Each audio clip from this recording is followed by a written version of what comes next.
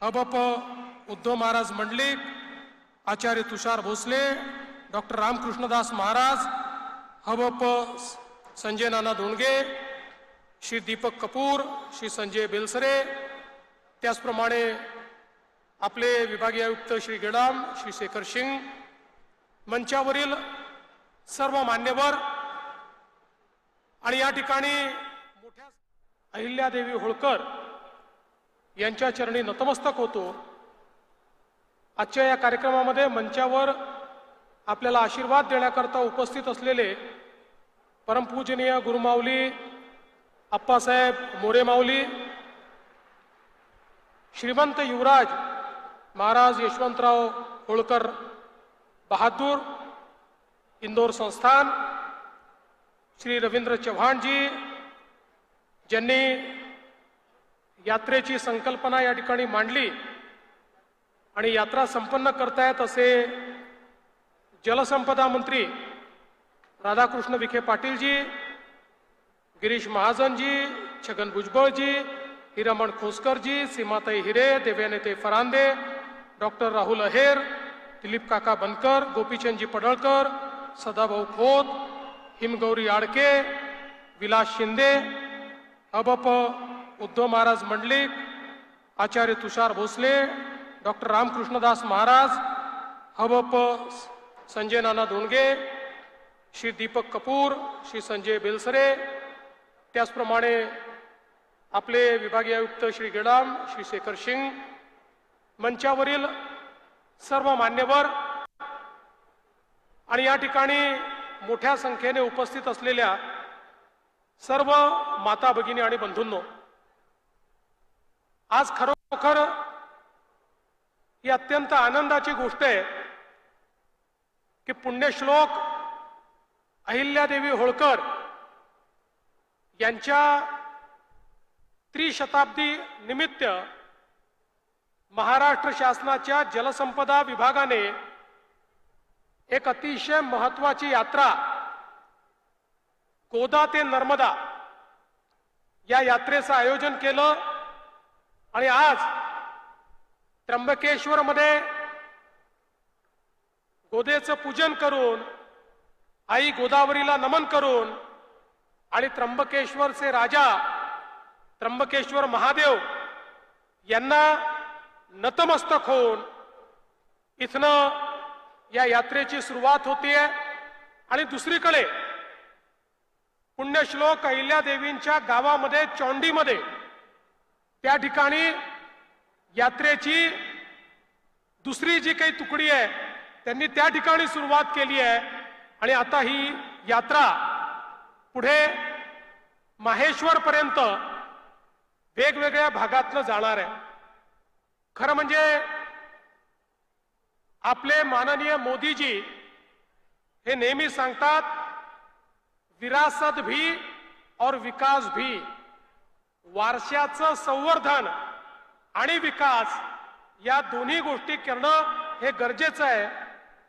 या यात्रेलाही जो काही या ठिकाणी एक प्रकारे दिशा देण्यात आली आहे त्यात अहिल्यादेवींचा विचार, अहिल्यादेवींचा वारसा आणि या विचार आणि वारसाच्या आधारावर पुढच्या काळचा विकास हा आपण कसा करणार आहोत या संदर्भात खरं म्हणजे या यात्रेची रचना करण्यात आली आहे। आपल्या सगळ्यांना माहिती आहे या देशामध्ये ज्या शासकांचा विचार उत्तम शासक म्हणून केला जातो त्यांच्यामध्ये जसं आपण सर्वात पहिल्यांदा छत्रपती शिवरायांचं नाव घेतो तसंच या देशामध्ये उत्तम शासक म्हणून जर कोणाचं नाव घेता येईल तर त्या पुण्यश्लोक अहिल्यादेवी होळकर होत्या। अतिशय कमी वयामध्ये मल्हारबा होळकर यांनी पतीच्या मृत्यूनंतर त्यांना सती न जाता जबाबदारी सांभाळायला सांगितली। कोवळ्या वयामध्ये जबाबदारी सांभाळत असताना त्या ठिकाणी त्यांनी ज्या प्रकारचं पुढच्या काळात कार्य केलं आणि विशेषतः आपल्याला माहिती आहे की त्यांच्या शासन कालामध्ये त्यांनी केलेलं कार्य हे अत्यंत मोलाचं आहे। कारण मोगलाच्या आक्रमणातनी आमच्या हिंदू धर्माची जी मानकं होती ते त्र्यंबकेश्वर असो की त्या ठिकाणी सोमनाथ असो, ते रामेश्वर असो की काशी विश्वनाथ असो, प्रत्येक मंदिर तोडण्याचं काम, प्रत्येक आराध्य दैवताला खंडित करण्याचं काम हे मुघलांनी केलं। त्या मुघलांच्या नाकावर टिचून आणि त्यांच्या छातीवर पाय देऊन पुण्यश्लोक अहिल्यादेवींनी या सगळ्या मंदिरांचं पुनर्निर्माण त्या ठिकाणी करून दाखवलं।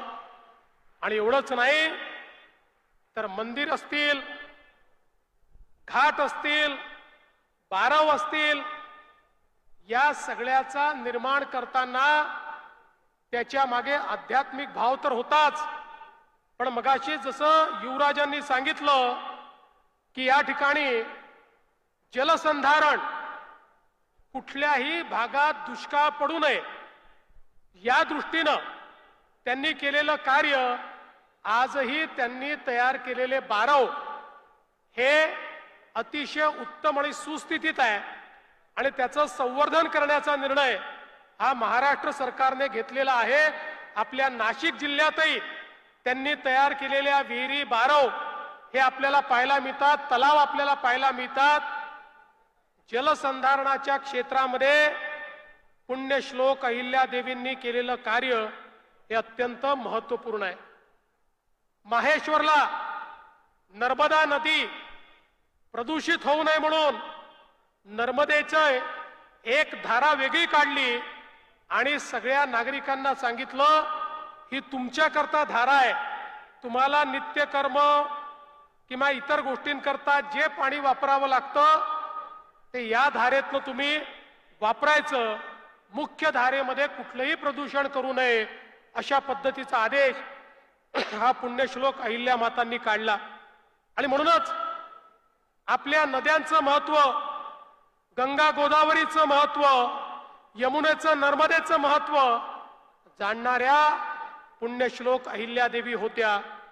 खरं तर त्यांच्या शासनाबद्दल, प्रशासनाबद्दल अनेक गोष्टी सांगता येतील, विशेषतः महिलांच्या शिक्षणापासनं तर रोजगारापर्यंत माहेश्वरमध्ये त्या ठिकाणी माहेश्वर साडीच्या माध्यमातून रोजगाराची निर्मिती करून आमच्या महिलांना सक्षम करणाऱ्या आणि त्याचबरोबर पहिल्यांदा संपूर्ण महिला सैनिकांची तुकडी ही तयार करणाऱ्या देखील पुण्यश्लोक अहिल्या माता होत्या।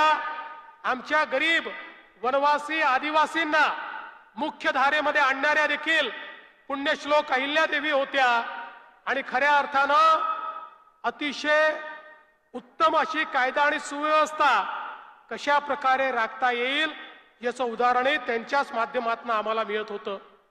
आणि म्हणून आज ज्यावेळी आपण राज्यकारभार चालवतो त्यावेळी छत्रपती शिवराय असतील किंवा पुण्यश्लोक अहिल्यादेवी होळकर असतील, यांचा विचार आणि यांचा वारसा हे जर आपण जपलं तरच आपण शाश्वत विकासाच्या दिशेने जाऊ शकतो।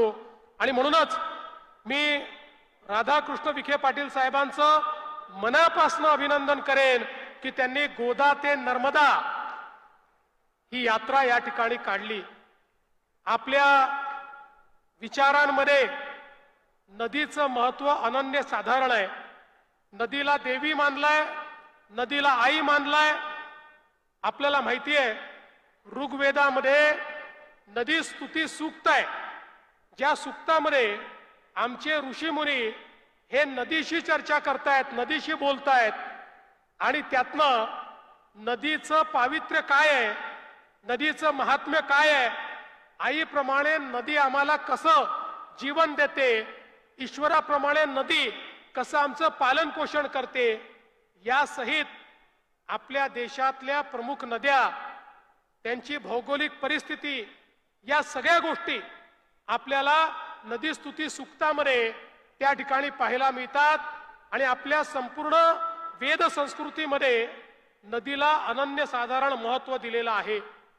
म्हणूनच आज गोदा ते नर्मदाच्या माध्यमातून पाणी असेल, जलसंवर्धन असेल, जलसंधारण असेल, या प्रत्येक गोष्टीचं त्या ठिकाणी त्याची पुनरुक्ती करत लोकांमध्ये त्याचं जागरण करण्याचा प्रयत्न आपण करतो। मला आनंद आहे की आमचे दोन्ही मंत्री या ठिकाणी माननीय विखे पाटील साहेब आणि गिरीश महाजन साहेब यांच्या नेतृत्वामध्ये आम्ही नदी जोड प्रकल्प हातामध्ये घेतलेले आहेत आणि महाराष्ट्रातल्या नद्या एकमेकांशी जोडून या महाराष्ट्राला दुष्काळ मुक्त करण्याचा संकल्प हा आपल्या सरकारने घेतलेला आहे। पुढच्या काळामध्ये महाराष्ट्राच्या कुठल्याही भागामध्ये कुठेही त्या ठिकाणी आपल्याला दुष्काळ दिसणार नाही। आता पवित्र कुंभमेळा येतोय, या कुंभमेळ्याच्या निमित्ताने देखील आमचा पहिला भर कशावर असेल तर आमची गोदावरी ही निर्मल वाहिली पाहिजे आणि ती अविरल वाहिली पाहिजे। निर्मल गोदावरी, अविरल गोदावरी अशा पद्धतीनं या कुंभमेळ्यामध्ये त्याची रचना आपण केलेली आहे आणि त्र्यंबकेश्वर मध्येही आमची नदी ही 12 महिने वाहिली पाहिजे अशा प्रकारची व्यवस्था आपण करतो आहोत। मला विश्वास आहे की या यात्रेच्या माध्यमातून केवळ आमच्या गोदावरी आणि नर्मदा, जसं मगाशी सांगितलं, आमची गोदावरी ही एक प्रकारे महाराष्ट्र, छत्तीसगड, तेलंगणा, आंध्र प्रदेश या सगळ्या राज्यांची जीवन वाहिनी आहे। आमची गोदावरी असेल किंवा आई नर्मदा असेल, नर्मदा परिक्रमेचं पुण्य हे एक प्रचंड मोठं पुण्य आपण मानलेलं आहे। या दोघांच्या साक्षीने निश्चितपणे हा गोदा ते नर्मदा परिक्रमेचा कार्यक्रम अत्यंत यशस्वी होईल आणि पुढच्या काळामध्ये जलसंधारणाचं कार्य जे आपण हातामध्ये घेतलंय ते लोकसहभागातून पूर्ण करून पुण्यश्लोक अहिल्यादेवी यांच्या विचारांना आणि त्यांच्या वारशाला आपण या ठिकाणी नमन करू हा विश्वास व्यक्त करतो आणि माझं बोलणं संपवतो। धन्यवाद। जय हिंद, जय महाराष्ट्र, जय अहिल्या माता। तर राज्याचे मुख्यमंत्री देवेंद्र फडणवीस हे नाशिकमध्ये बोलत होते। पुण्यश्लोक अहिल्यादेवी होळकर जलयात्रा शुभारंभाच्या निमित्तानं तसंच मंदिराचा जीर्णोद्धार हा देखील मुख्यमंत्र्यांच्या हस्ते पार पडला आहे। अहिल्यादेवींचे विचार आणि वारसा आपण जपायला हवा असं यावेळेला मुख्यमंत्र्यांनी म्हटलंय। आपल्या जीवनामध्ये नदीचं अनन्यसाधारण महत्त्व आहे असं देखील ते म्हणाले। शिवरायांचे विचार जपले तर विकास होईल असं देखील त्यांनी म्हटलंय।